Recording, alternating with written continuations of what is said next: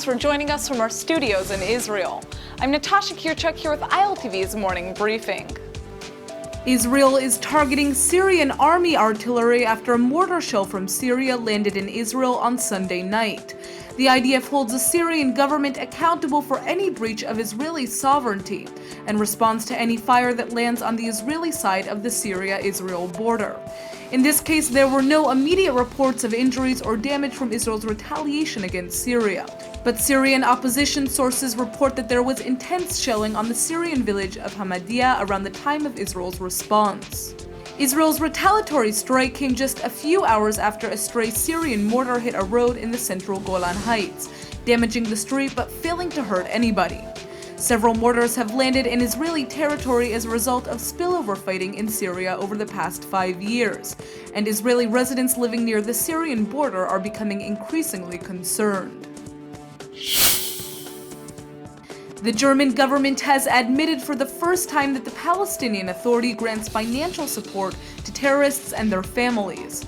According to a foreign ministry document, there are Palestinian institutions that make payments to the families of those incarcerated by Israel and the families of those who were killed or wounded.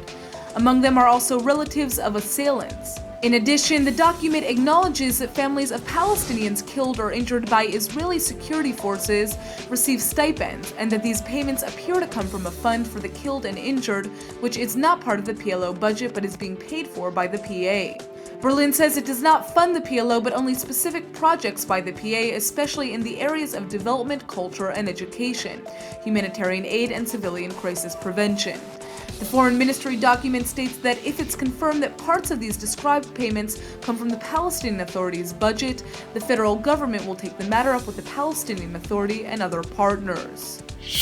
Former Israeli President and Prime Minister Shimon Peres had a pacemaker device implanted on Monday morning after he was diagnosed in July with an abnormal heart rhythm. Hospital staff said that the operation was undertaken after the 93-year-old former labor leader had returned to Israel, following a political conference in Italy. The operation took place at the Tel Aviv hospital in Ramat Gan. Peres is expected to be released from the hospital Tuesday morning, and sources close to the former president say that his physicians had advised him to get the pacemaker device to prevent heart disorders. Peres suffered a mild heart attack in January and underwent a cardiac angioplasty to open a blocked artery. He's since been hospitalized twice after suffering chest pains. Up to 15 people are missing and 6 injured people have so far been located at the scene of an accident this morning in Tel Aviv's Ramat HaChayal neighborhood. A crane collapsed on a 4-story parking lot which is under construction. Paramedics say one of the victims is suffering from serious injuries and has already been evacuated to Tel Aviv's Ichilov hospital. The other 5 were evacuated to medical facilities in late condition. All streets have been cordoned off in the area to allow emergency crews to arrive to the scene.